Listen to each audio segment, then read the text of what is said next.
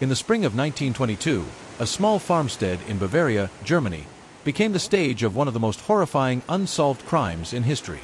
The farm was known as Hinterkaifeck. 6 people lived there, surrounded by fields, woods, and silence. Within days, all of them would be dead, killed in a way that terrified even the most experienced investigators. The family consisted of Andreas Gruber, a 63-year-old farmer with a reputation for being strict, cold, and at times violent. His wife, Kazilia, 72, quiet and obedient, who had endured her husband's temper for decades. Their widowed daughter, Victoria, 35 years old, who lived on the farm after her husband died during the First World War. She had 2 children, little Kazilia, only 7 years old, and baby Joseph, 2 years old. On the very day of the murders, a new maid, Maria Baumgartner, arrived at the farm to start her first day of work. Life on the farm was hard. The family rarely mixed with neighbors, and the isolation of Hinterkaifeck was both physical and emotional. But in the days before the murders, strange things began to happen. Andreas noticed footprints in the snow, leading from the nearby forest toward the farm. What disturbed him most was that there were no tracks leading back. Whoever had walked onto the property never seemed to leave. Other incidents added to the unease. Keys from the house went missing. Strange noises echoed from the attic at night, as if someone was walking above the family while they slept. Doors that had been locked were later found open. Andreas even found a newspaper in the house that no one in the family had purchased. When he asked his neighbors about it, none of them admitted to leaving it there. The previous maid had quit her job on the farm, saying the place was haunted and she could no longer bear the strange atmosphere. When Maria Baumgartner was hired, she likely knew nothing of this.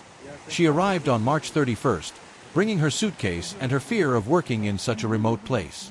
She could not have known that she would not live through her first night. That evening, one by one, the family members were drawn into the barn. We may never know how the killer managed it. Perhaps they heard a noise and went to check. Perhaps the first victim was attacked, and the others went to investigate. What is certain is that 4 people, Andreas, his wife Kazilia, their daughter Victoria, and little Kazilia, were murdered in the barn with a mattock, a heavy farming tool. Their bodies were later found stacked and covered with straw, as if the killer had tried to hide them. Inside the house, the 2 remaining victims were killed. Baby Joseph, only 2 years old, and the maid Maria. Their bodies lay in their beds, struck down in the same brutal manner. For several days, nobody realized what had happened. Milk deliveries piled up. Victoria's daughter did not appear at school. The mail went uncollected. Neighbors began to worry. Finally, on April 4th, a group of them came to the farm. What they discovered horrified them. In the barn, under the straw, lay the 4 bodies. In the house, they found the maid and the infant. Blood had seeped into the wooden floorboards. The silence was unbearable. But the most disturbing discovery was this. The killer had remained on the farm after the murders. Investigators could tell that the cows had been milked. The livestock had been fed. Fresh food had been taken from the kitchen. Smoke had been seen rising from the chimney even while the family lay dead. Whoever had done this lived in the house for several days, calmly tending to chores while 6 corpses lay nearby. There were other chilling details. The little girl, Kazilia, had not died instantly. Evidence showed that she had survived for several hours after being struck, pulling out her own hair in agony and fear before she finally died. The crime scene was both brutal and puzzling. How could someone kill 6 people and then stay, as if nothing had happened? Why take care of the animals, but not flee? Was it an act of madness, or something calculated and cold? Police began an investigation, but answers were scarce. Theories spread quickly. A robbery? Unlikely, since money and valuables were still in the house. A personal vendetta. Andreas Gruber had many enemies, and his harsh behavior gave plenty of people reasons to hate him. Rumors of incest within the family, whispers that baby Joseph might have been Andreas's own child, fueled suspicions. But there was no proof. Hinterkaifeck became more than just a crime scene. It became a riddle, one that would haunt Germany for decades. Neighbors claimed to have seen strangers lurking near the woods. Some said the farm was cursed. Others believed the killer had been someone close, maybe even a neighbor who had watched the farm for days. When investigators searched the barn, they found footprints leading into the property, but none leading out. Whoever had come that night never seemed to leave. And so began one of the darkest mysteries of the 20th century. The discovery of the 6 bodies at Hinterkaifeck shocked the entire region. Neighbors, police officers, and even experienced investigators were horrified by the brutality of the crime and the strange calmness that followed it. The killer had not simply slaughtered the family and fled. He had lived among their corpses, fed their animals, cooked meals, and kept the household alive in a twisted parody of normal life. Investigators from Munich were called in to examine the scene. When they entered the barn, they noticed the straw covering the bodies had been placed with an odd sense of care, as if the killer had wanted to hide them, but not too well. The bodies were not buried, not carried away, just covered. The tool used for the murders, the mattock, was found later hidden in the attic. It was stained with blood, but no fingerprints could be recovered. The police searched every corner of the farm. They found signs that someone had slept in the house after the killings. The beds had been disturbed. Leftover meals were in the kitchen. Even candles had been burned at night. Whoever had done this felt comfortable enough to remain on the farm for days, knowing no one was watching. One of the most disturbing details came from a young girl, little Kazilia. Medical examiners concluded that she had not died immediately. After being struck in the head, she remained alive for several hours. In that time, she had torn clumps of her own hair out, perhaps in pain or terror, before finally succumbing. This single detail haunted everyone who learned about it. At first, robbery seemed like a motive. But nothing of real value was missing. Cash and jewelry were still in the house. If it had been robbers, why would they stay for days, feeding cattle and eating meals? The crime did not fit the profile of a simple burglary gone wrong. The investigation quickly turned toward the family itself. Andreas Gruber was not a well-liked man. Harsh, controlling, and suspected of dark behavior. There were rumors in the village that he had a forbidden relationship with his daughter Victoria. In fact, the courts had once prosecuted them for incest, though they had served only a short sentence. Many whispered that Joseph, the 2-year-old boy, was not the son of Victoria's late husband, but Andreas's own child. The shame and anger this rumor carried gave neighbors plenty of reasons to despise the family. The first suspect was Victoria's neighbor, Lorenz Schlittenbauer. He had once been romantically involved with her. Some said he might even have been Joseph's real father. Lorenz had quarreled with Andreas many times, and his relationship with Victoria was strained. When the bodies were discovered, Lorenz was among the first to enter the farm. Witnesses later remembered strange details about his behavior. He seemed oddly calm. He knew his way around the farm as if he had been there before. At one point, he even unlocked a gate without hesitation, suggesting he might have had a key. Police interrogated Lorenz, but there was no hard evidence against him. Still, suspicion lingered for decades. Some believed he had killed the family out of jealousy or anger. Others believed he might have been protecting a terrible secret. But there were other theories. Some investigators believed the killer was a stranger who had been living in the attic before the murders. The missing keys, the footsteps above the family at night, the newspaper that no one had purchased, all pointed to someone secretly inhabiting the farm. It was possible that this person finally struck when the moment felt right, murdering the family and then continuing to live there, undetected. Yet how could such a person disappear afterward, leaving no trace? The footprints leading from the forest to the farm showed only one direction. There were no tracks leading back. The village began to fill with fear. Parents kept their children indoors. Farmers carried weapons at night. People whispered that the farm was cursed, that something evil had taken root there. The previous maid who had quit her job claimed she had seen shadows moving on the walls at night. She believed the house itself was haunted, and that the murders were not the work of a man, but of something darker. The police investigation grew larger. Over 100 suspects were interviewed. Every drifter, every ex-soldier, every stranger in the area was questioned. But time passed, and no arrests were made. Each lead dissolved into nothing. Witnesses contradicted each other. Evidence was scarce. The more the investigators searched, the stranger the story became. The killer had shown no hurry, no fear of being caught. He had lived comfortably in the house, as though it were his own. He had taken time to hide the bodies, but not too well. He had cared for the animals. It was almost as if he wanted to keep the farm running, even after its family was gone. As the days turned into weeks, the crime scene itself began to draw attention. Curious villagers walked by, staring at the farmhouse that now stood silent. They whispered about the ghosts of the Gruber family. Some swore they could see Victoria's face in the windows at night. Others said they heard the cries of a child when the wind blew through the trees. But the most terrifying detail remained unsolved. The footprints. They led from the forest straight to the farm. But there were none leading back. To this day, no one knows who left them. The investigation into the Hinterkaifeck murders quickly became one of the most complex cases German police had ever faced. They had no clear motive, no murder weapon at first, and no witnesses who could provide useful details. All they had was a crime scene that seemed more like a nightmare than reality. The first and strongest suspect was still the neighbor, Lorenz Schlittenbauer.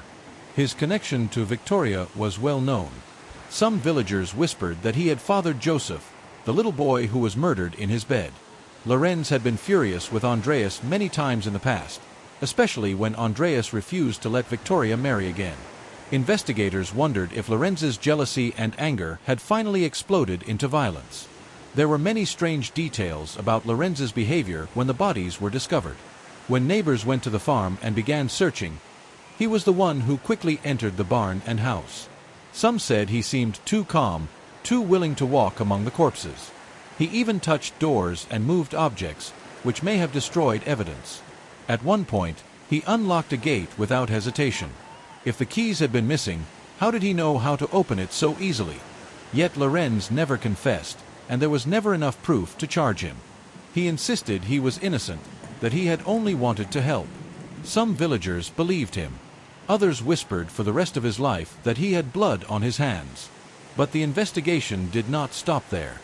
Police questioned traveling workers, former soldiers, and men with criminal records. Many thought the crime might have been committed by vagrants passing through the forest. But why would strangers stay at the farm for days, caring for the animals, and leaving valuables untouched? That theory made no sense. Then came darker whispers. People began to talk about the strange relationship inside the Gruber household. The accusation of incest between Andreas and Victoria was not just rumor. It had been a real case in court. The thought that baby Joseph might have been Andreas's child shocked and disgusted neighbors. Could the murders have been the result of family shame and scandal? Perhaps someone close to them had decided to end it all in blood. Another theory suggested that multiple killers were involved. The way the family members were drawn into the barn one by one seemed almost impossible for a single person to manage. Maybe 2, even 3 people had worked together. Perhaps they were men who had served in the war, hardened and capable of violence. But again, no evidence ever surfaced to confirm this. Meanwhile, strange details from the crime scene kept raising questions. In the attic, police found the murder weapon, the mattock, hidden away. Why would the killer leave it behind? Did he want it to be found? Or was he interrupted before he could take it? There was also the matter of the animals. The cows were fed. The chickens were alive. Even the dog had been cared for. Whoever did this did not want the farm to fall silent too quickly. It was as though he wanted life to continue, even with the family gone. Investigators returned again and again to the footprints in the snow. They led directly from the forest to the farm, but no tracks led back. It was as if the killer had appeared from nowhere and vanished into thin air. The case began to take on an almost supernatural aura. Villagers whispered that the farm was cursed. Some claimed they heard voices near the barn at night. Others swore they saw shadows moving in the windows, even though the house stood empty. Despite weeks of effort, the police had no clear suspect. Over 100 people were questioned. Several men were arrested and later released. Every lead ended in disappointment. The more investigators tried to solve the crime, the more impossible it seemed. The newspapers fueled the mystery. Headlines spoke of the Phantom of Hinterkaifeck. Journalists compared the case to Gothic horror stories. The idea that a killer could wipe out an entire family, live in their home for days, and then vanish without a trace shocked the entire nation. Lorenz Schlittenbauer remained the main suspect in the public eye. He lived under suspicion for the rest of his life. Some said he confessed on his deathbed. Others said he denied it until his last breath. No one could ever prove anything. But the case grew colder. Years passed, and the mystery only deepened. People avoided the farm. Even after the buildings were demolished, the land carried a heavy silence. No one wanted to live there. Yet the horror of Hinterkaifeck was far from over. Strange new evidence would later surface. Theories involving secret affairs, hidden enemies, and even paranormal forces would surround the case for decades. And through it all, one fact remained unshakable. 6 people had been murdered in the quiet Bavarian countryside, and their killer had never been found. As the years passed, the murders at Hinterkaifeck grew into something larger than a crime. They became a legend, a story whispered in villages and written in newspapers as if it were a ghost tale. The facts were already terrifying. 6 people, brutally slaughtered with a farming tool. A killer who lived in their house afterward. Footprints that led into the farm but never away. But the theories that followed made the case even darker. Neighbors spoke of the days leading up to the murders. Andreas Gruber had told them about the strange sounds in the attic, about the missing keys, and about doors found open in the night. Everyone wondered if the killer had been hiding inside the house before the crime. Imagine someone secretly watching, waiting above your head as you sleep, listening to every breath. The thought alone terrified people. When investigators searched the house, they found no clear evidence of such a person. But the strange newspaper left in the home, one that nobody in the family had purchased, was a clue that someone else had been there. The missing keys were never recovered. To many, the explanation was simple. The killer had already been living inside Hinterkaifeck before the murders, watching and waiting. Another disturbing theory was that more than one person had been involved. How could a single killer lure 4 people into the barn one after the other without raising alarm? Some investigators believed 2 or even 3 killers worked together. This might explain how the murders were carried out so efficiently. But again, there was no proof. Then came the supernatural stories. The previous maid, who had quit her job weeks before the murders, told friends she believed the farm was haunted. She had heard footsteps in the attic when no one was there. She had seen shadows moving in the corners of rooms. She had felt eyes on her at night. She left because she was too afraid to stay. After the murders, people wondered if her fears had been justified. Villagers claimed the farm was cursed. They said that on quiet nights, cries could be heard from the barn, the sound of a little girl calling for her mother. Others swore they saw Victoria's ghost staring from the windows. Horses refused to walk near the property, pulling away as if frightened by something unseen. Even investigators, hardened men who had seen war, admitted the place was unsettling. Some refused to stay there after dark. One officer reported feeling a heavy presence in the house, as if someone was standing directly behind him. When he turned, no one was there. There were also strange reports from the time immediately after the murders. Neighbors noticed smoke rising from the chimney on days when the family was already dead. Food had been eaten. Bread had been sliced. The cows had been milked. The animals were fed. The killer had cared for the farm as if he intended to live there. It was this detail that unsettled people most. Whoever did this was not in a rush. He was comfortable among the dead. Some believed the killer was someone the family knew, someone who felt at home in the house. Others believed it was a madman who had chosen Hinterkaifeck at random. And then there were those who said it was something inhuman, something that had always lived in the forest and finally decided to take the farm for itself. Over the years, many suspects were named. A man wandering the countryside with bloodstains on his clothes. A group of former soldiers known for their violence. Even family members of the victims were accused. Each time, the police investigated. Each time, the suspects were released. The most persistent suspicion still surrounded Lorenz Schlittenbauer, the neighbor. His connection to Victoria and the possibility that he was Joseph's father gave him a motive. Some said his calm behavior at the crime scene proved his guilt. Others thought it only showed his experience as a farmer, used to dealing with death. Lorenz denied the accusations until his death in 1941. He was never convicted. The mystery deepened with time. In 1923, the farm buildings were demolished. The land was cleared. The idea was to erase the horror, to remove the cursed house from the earth. But people said the ground itself still held the memory. Travelers who passed by claimed to hear whispers. Children who played nearby said they saw shadows. Even after the buildings were gone, Hinterkaifeck was not forgotten. The case remained unsolved, and the official files grew dusty. But for the people of Bavaria, the farm became a story told in hushed tones. A reminder that evil can strike anywhere, even in the most ordinary places. What made the case so chilling was not only the brutality of the murders, but the silence afterward. The killer never confessed. No clear evidence was ever found. 6 lives ended, and then the world simply moved on. The farm stood empty, a scar on the land, until it was finally torn down. But the questions never disappeared. Who killed the Gruber family? Why did they stay in the house afterward? And how did they vanish without a trace? To this day, no one knows the answers. As the years went by, the murders at Hinterkaifeck refused to fade into history. People kept talking, and investigators kept returning to the same disturbing questions. Who had reason to kill the Gruber family? Who could commit such a crime and then remain on the farm as if nothing had happened? Why had no one ever been caught? One of the most widely discussed theories involved the neighbor, Lorenz Schlittenbauer. He had known Victoria closely.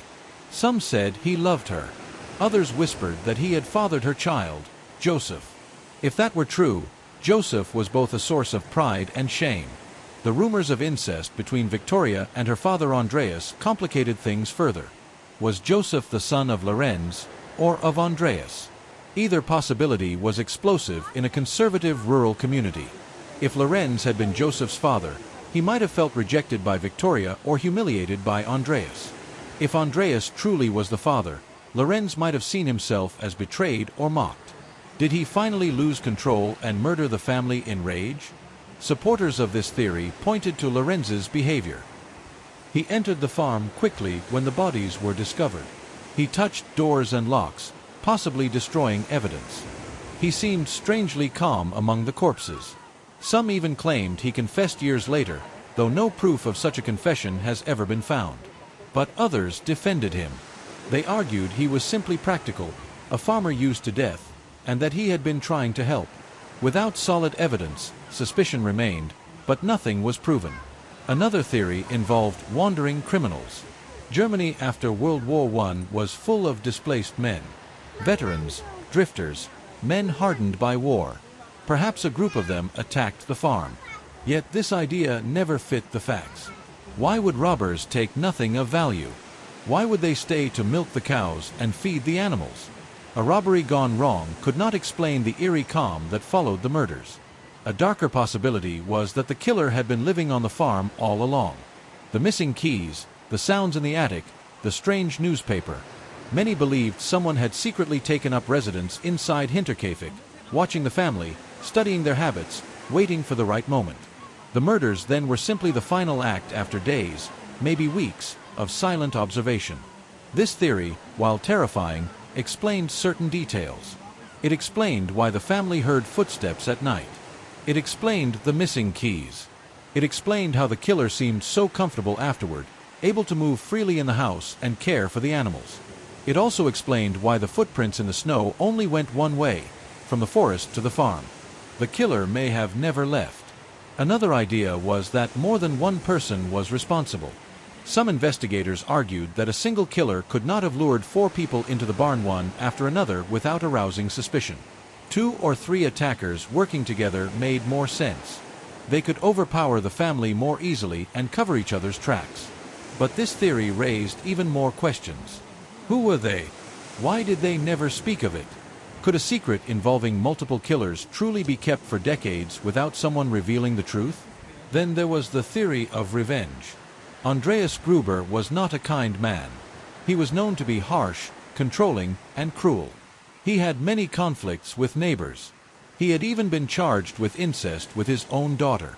Could someone have finally decided to take revenge on him and his family? Still, no suspect was ever proven guilty. Theories multiplied, but the truth never came out. The more people searched for answers, the more the mystery grew. With time, some even turned to the supernatural. The murders were so strange, so incomprehensible, that villagers whispered about ghosts, curses, and demons. They said the farm was cursed long before the Grubers lived there, that something lived in the woods nearby, that the land itself rejected the family. The truth was, no one knew. Every theory had holes. Every explanation seemed incomplete. The case files grew thicker, but no resolution came. By the mid-1920s, the case had gone cold. The farm itself stood empty, casting a shadow over the countryside. Travelers avoided it. Children dared each other to approach it, but few were brave enough to go near. Those who did claimed they heard voices in the barn or saw figures moving in the windows. In 1923, the buildings of Hinterkaifeck were demolished. The land was cleared, but its reputation remained. Even with the farm gone, people said the ground itself held the memory of what had happened. And still, the question haunted everyone. Who had killed the Gruber family, and why? Decades later, the police would reopen the files again and again, hoping that new techniques might uncover the truth. But every time, the answer slipped away. Hinterkaifeck was no longer just a crime. It was a riddle that no one could solve. After the murders of 1922, the Hinterkaifeck case refused to rest. Although the original investigation eventually went cold, the mystery did not die. Instead, it grew with time. Every decade, someone reopened the files. Every new investigator hoped they would be the one to finally solve it. Each time, the same haunting questions returned.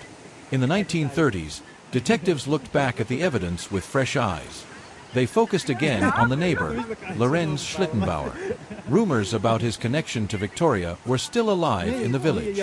Some villagers swore that Lorenz had confessed privately.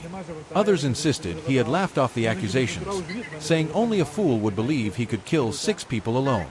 The investigators could not prove his guilt, and the case stalled again. During the 1940s, Germany was consumed by war. The murders of Hinterkaifeck faded into the background, a dark memory overshadowed by even greater horrors. Yet among locals, the story remained alive. Soldiers returning from the front heard the whispers. Some said they saw the ruined farm from a distance and refused to go near. Even with the buildings demolished, people believed the land was cursed. By the 1950s, with new forensic methods available, police tried again.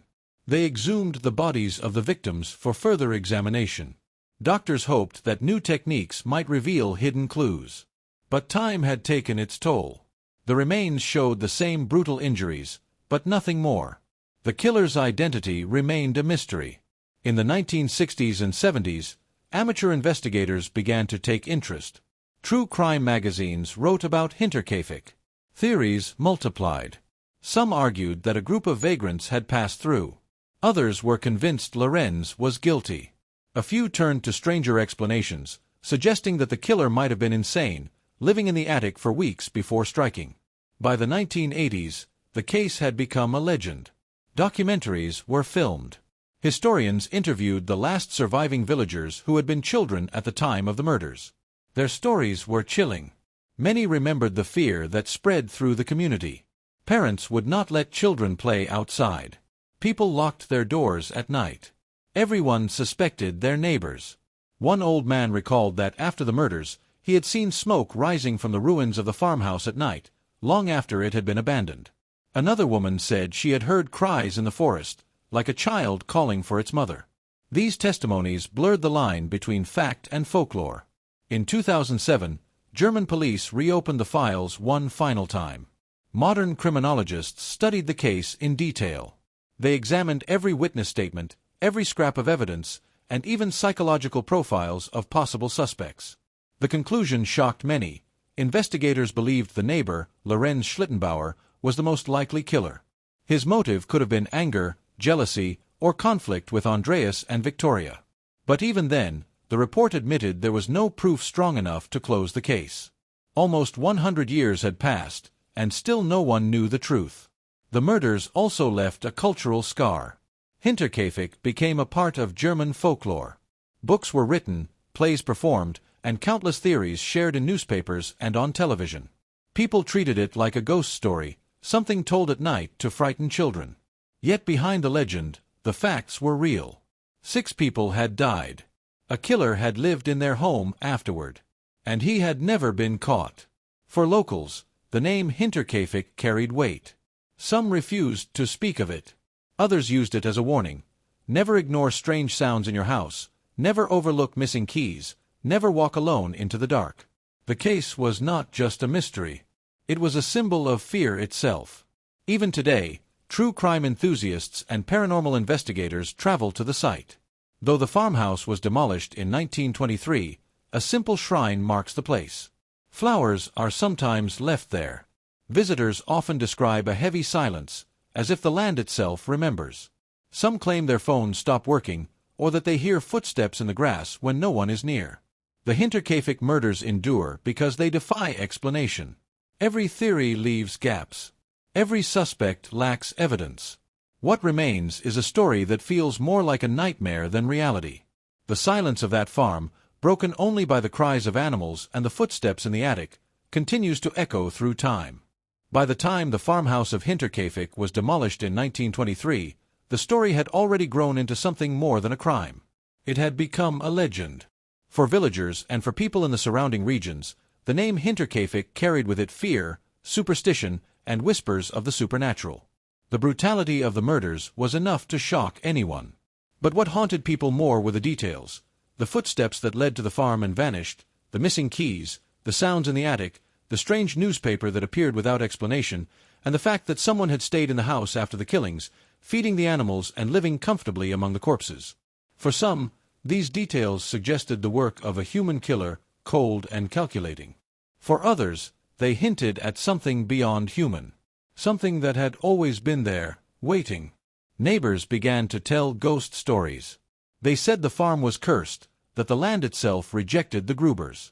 Some swore they had seen Victoria's face in the windows at night, long after the family was gone. Others said they heard a child crying near the barn, calling for her mother. Farmers passing by claimed their horses refused to move closer to the land, pulling back nervously as if they sensed something. The previous maid, who had quit her job before the murders, became a central figure in the folklore. She told anyone who would listen that the farm had been haunted. She described hearing footsteps in the attic, feeling eyes on her, and seeing shadows where there should have been none. When she left, she said she feared for her life. After the murders, people saw her as a prophet who had escaped the inevitable. Children dared each other to walk near the ruins after dark. Few managed to go far. Those who did claimed to hear whispers in the grass, like voices speaking from the earth. Others said they saw a man in a dark coat standing in the distance, watching silently. When they blinked, he was gone. Over time, the story evolved. Some said the killer had never been human at all. They believed a spirit from the forest had taken form and lived in the attic, waiting for the right moment to strike. The fact that the murders happened in silence, and that the killer stayed afterward, supported this idea. A demon, a ghost, a curse. These explanations, though impossible to prove, made sense to people who could not imagine a person committing such horror. Others turned the tale into a warning. Parents told their children, never ignore strange sounds in the house. Never leave doors unlocked. Never follow footsteps into the dark. The story of Hinterkaifeck became a lesson in caution, passed from one generation to the next. Even after the farmhouse was gone, the land itself remained eerie. Travelers who passed by described a heavy silence. Birds did not sing there. The wind seemed to stop. Some claimed their watches stopped ticking when they crossed the field. Others said their dogs barked wildly and refused to walk across the ground. In later decades, when people visited the site, they sometimes brought flowers. A small shrine was placed there to honor the victims. But even that did not erase the fear. Some visitors claimed to feel a pressure in their chest as they approached, as if the air grew heavier. Others said their phones or cameras stopped working when they tried to take pictures. The supernatural theories never had evidence, yet they persisted because no human explanation was satisfying. The idea that a man, or even a group of men, could kill 6 people and then calmly remain at the farm seemed too unreal.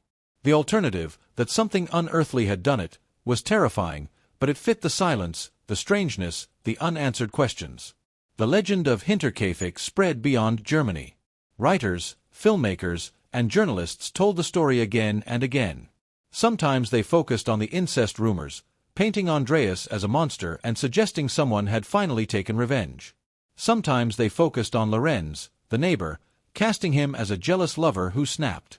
And sometimes they leaned into the supernatural, presenting Hinterkaifeck as a haunted place where no living person could survive. To this day, locals say the land feels wrong. That the earth remembers.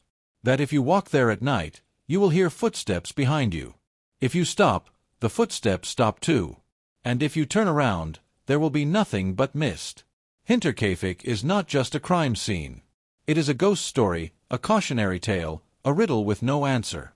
Whether the killer was a neighbor, a stranger, or something not of this world, the horror remains the same. 6 lives were ended in brutal silence, and the truth disappeared into the shadows. Nearly 100 years have passed since the night of the Hinterkaifeck murders, yet the case has never been forgotten.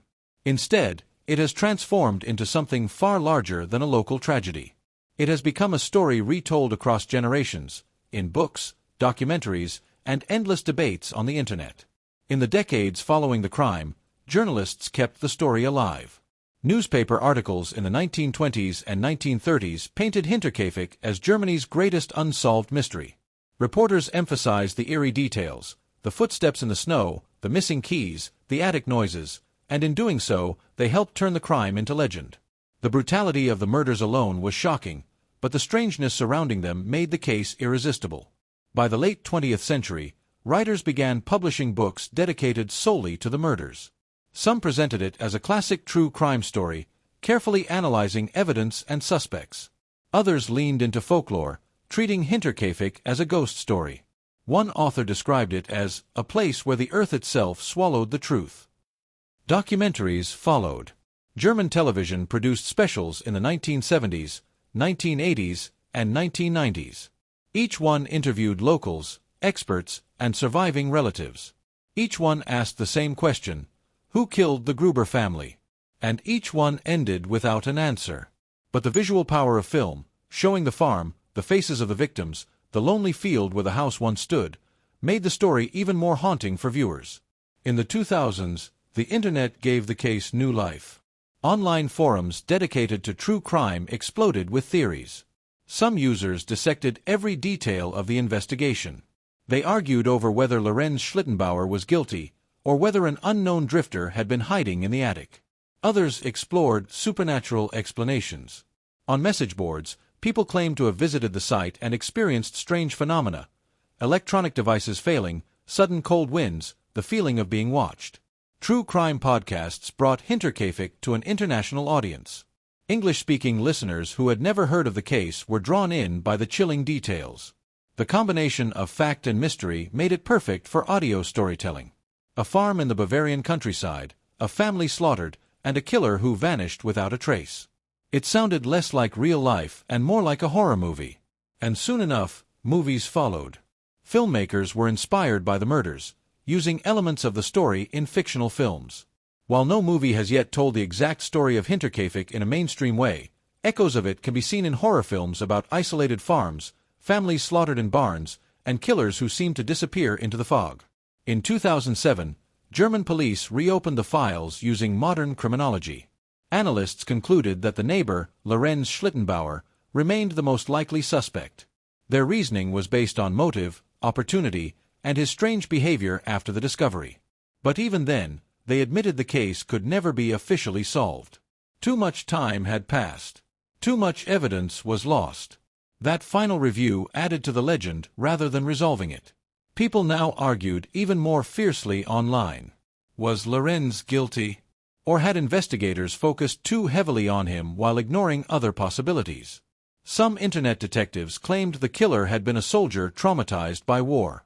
Others believed Victoria had a secret lover who murdered her entire family. And still others said the case could only be explained by the paranormal.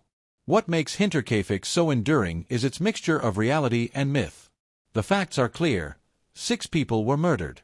The brutality was real. The crime scene was carefully documented. But the details that surround those facts, the footsteps, the attic sounds, the missing keys, the care for the animals, turn the case into something larger. Something that feels like a riddle the world was never meant to solve. Today, the site of Hinterkaifeck is marked by a simple shrine. Visitors still leave flowers. Many write about the heavy silence they feel there. Some say the ground itself seems colder than the fields around it. Whether or not the land holds any supernatural presence, the weight of history is undeniable. The story has become part of Germany's cultural memory.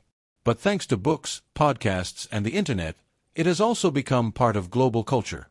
People in America, Britain, and far beyond now know the name Hinterkaifeck. They discuss it alongside Jack the Ripper, the Dyatlov Pass, and other mysteries that seem destined never to be solved. And perhaps that is why Hinterkaifeck continues to live on. The lack of an answer invites endless speculation. Every new generation rediscovers the story, retells it, and reshapes it. The truth may be gone forever, but the mystery ensures the murders are never forgotten. Almost a century later, the murders at Hinterkaifeck remain a mystery that refuses to die. 6 lives were ended in brutal silence, yet the questions are louder than ever. Who did it? And why? The most common theory still points to the neighbor, Lorenz Schlittenbauer. His connection to Victoria, the whispers that he might have been Joseph's father, his bitter conflicts with Andreas, and his strange calm when the bodies were found, all of these details make him suspicious. If jealousy or humiliation drove him to rage, he could have had reason to kill. But doubt remains. Could one man really have committed the crime alone, lured the family into the barn, killed them all, and then calmly stayed on the farm? Another theory suggests multiple killers. Perhaps 2 or 3 men working together, maybe war veterans hardened by violence, could have carried out the murders. This would explain how 4 people were drawn into the barn without raising alarm. But who were they? No names were ever proven, and silence from the village suggests no conspiracy was ever revealed. The drifter theory lingers as well. In the chaotic years after the First World War, many men wandered the countryside. A stranger could have entered Hinterkaifeck, lived in the attic, and finally killed the family. Yet why care for the animals afterward? Why leave valuables untouched? It seems too careful, too personal, for a random drifter. Revenge is another possibility. Andreas Gruber was not a popular man. Harsh, controlling, even abusive, he made enemies. Some believed he deserved what happened. But murder of this scale, brutality against the innocent children and even the maid who had just arrived, it feels more like rage than justice. And then there are the whispers of the supernatural. The footsteps that led to the farm but not away. The noises in the attic. The feeling that someone was already inside the house, watching. For some, these details can only mean that the killer was not entirely human. They see Hinterkaifeck not as a crime scene but as a place where darkness itself took form. The theories go in circles, each one convincing in its own way, yet none complete. Every explanation leaves holes. Every attempt to solve the riddle collapses under its own weight. What is undeniable is the horror of the crime. A family wiped out. A child who suffered for hours before dying. A killer who did not flee but stayed, calmly feeding animals and cooking meals while the dead lay nearby. This is what makes Hinterkaifeck unique. It is not just the murders. It is the silence that followed. The normalcy of life continuing in the shadow of horror. In 2007, when police reviewed the case one last time, they named Lorenz as the most likely suspect. But even then, they admitted that the case could never be solved. Too much time had passed. Too much evidence was gone. Hinterkaifeck had already crossed from fact into legend. And so the story endures. Books continue to be written. Documentaries continue to be filmed. Tourists continue to visit the site, leaving flowers at the shrine. And still, no one knows the truth. What happened on that cold night in March 1922 may never be known. Perhaps it was a jealous neighbor. Perhaps it was strangers from the forest. Perhaps it was something darker, something that had always lived in the attic, waiting. The truth is gone. All that remains is the story. And sometimes, the story is more powerful than the facts. Even now, when people speak of Hinterkaifeck, they lower their voices. They imagine the lonely farm, the silent fields, the barn where 4 bodies lay hidden under straw. They imagine the creak of footsteps above them in the attic. They imagine the sound of a child crying in the night. And then they wonder, what if it happened not just there, but anywhere? What if the sound in your own house, the missing key, the strange noise in the night, What if it is the beginning of another Hinterkaifeck? Time moves forward, but some stories never leave us. They linger in the air, in the soil, in the quiet moments when the world seems too still. Hinterkaifeck is one of those stories. More than 100 years have passed since that March night in 1922. The farmhouse is gone. The barns are gone. The walls that once echoed with footsteps and whispers were torn down long ago. Today, only an empty field remains, with a small shrine to mark the place. And yet, when you stand there, you feel it. The silence is heavier than it should be. The wind slows. The birds avoid the field. People who visit often say the same thing: the land remembers. The victims are gone, but their shadows remain. Andreas Gruber, the stern patriarch. Casilia, his weary wife. Victoria, trapped between obedience and desperation. Little Casilia, just 7 years old, who suffered longer than any child should. Baby Joseph, whose short life ended before it could begin. And Maria, the maid who arrived on the farm only to meet her fate on the very first night. 6 lives, wiped out in a single act of horror. 6 graves in the Bavarian countryside. 6 voices that were silenced. The killer, whoever he was, vanished into history. He left no confession, no explanation, no closure. Theories and rumors may point to suspects, but certainty has never come. The truth died with the victims. And maybe that is why Hinterkaifeck continues to haunt us. It is not just the brutality of the crime. It is the emptiness of the answers. Our minds want reasons. We want to know why. And when the world refuses to give us that, we create our own shadows to fill the silence. Some say it was jealousy. Some say it was revenge. Some say it was madness. And some believe it was something else entirely, something that cannot be named. Perhaps the true horror of Hinterkaifeck is not knowing. The thought that one night, in an ordinary home, in an ordinary village, horror arrived without warning. And it could happen again, anywhere, at any time. Even now, when night falls over Bavaria and the fog drifts across the fields, some claim they still hear it. The sound of footsteps in the attic. The creak of a door opening when no one is there. The soft cry of a child carried on the wind. They say if you stand too long on that field, you feel eyes on you. Watching. Waiting. The same way the Grubers must have felt in those final days, when they knew something was wrong, but could not name it. And when you leave, you carry that silence with you. The silence of a story without an ending. The murders at Hinterkaifeck remind us of a truth we do not like to face, that sometimes evil has no face, no name, and no reason. It comes quietly. It takes everything. And then it disappears, leaving only questions that echo across the years. That is why Hinterkaifeck is more than history. It is a warning. It is a shadow that stretches into our own time. So when you lock your doors tonight, when you hear a sound in the attic or footsteps outside in the snow, remember Hinterkaifeck. And ask yourself, what if the story is not finished?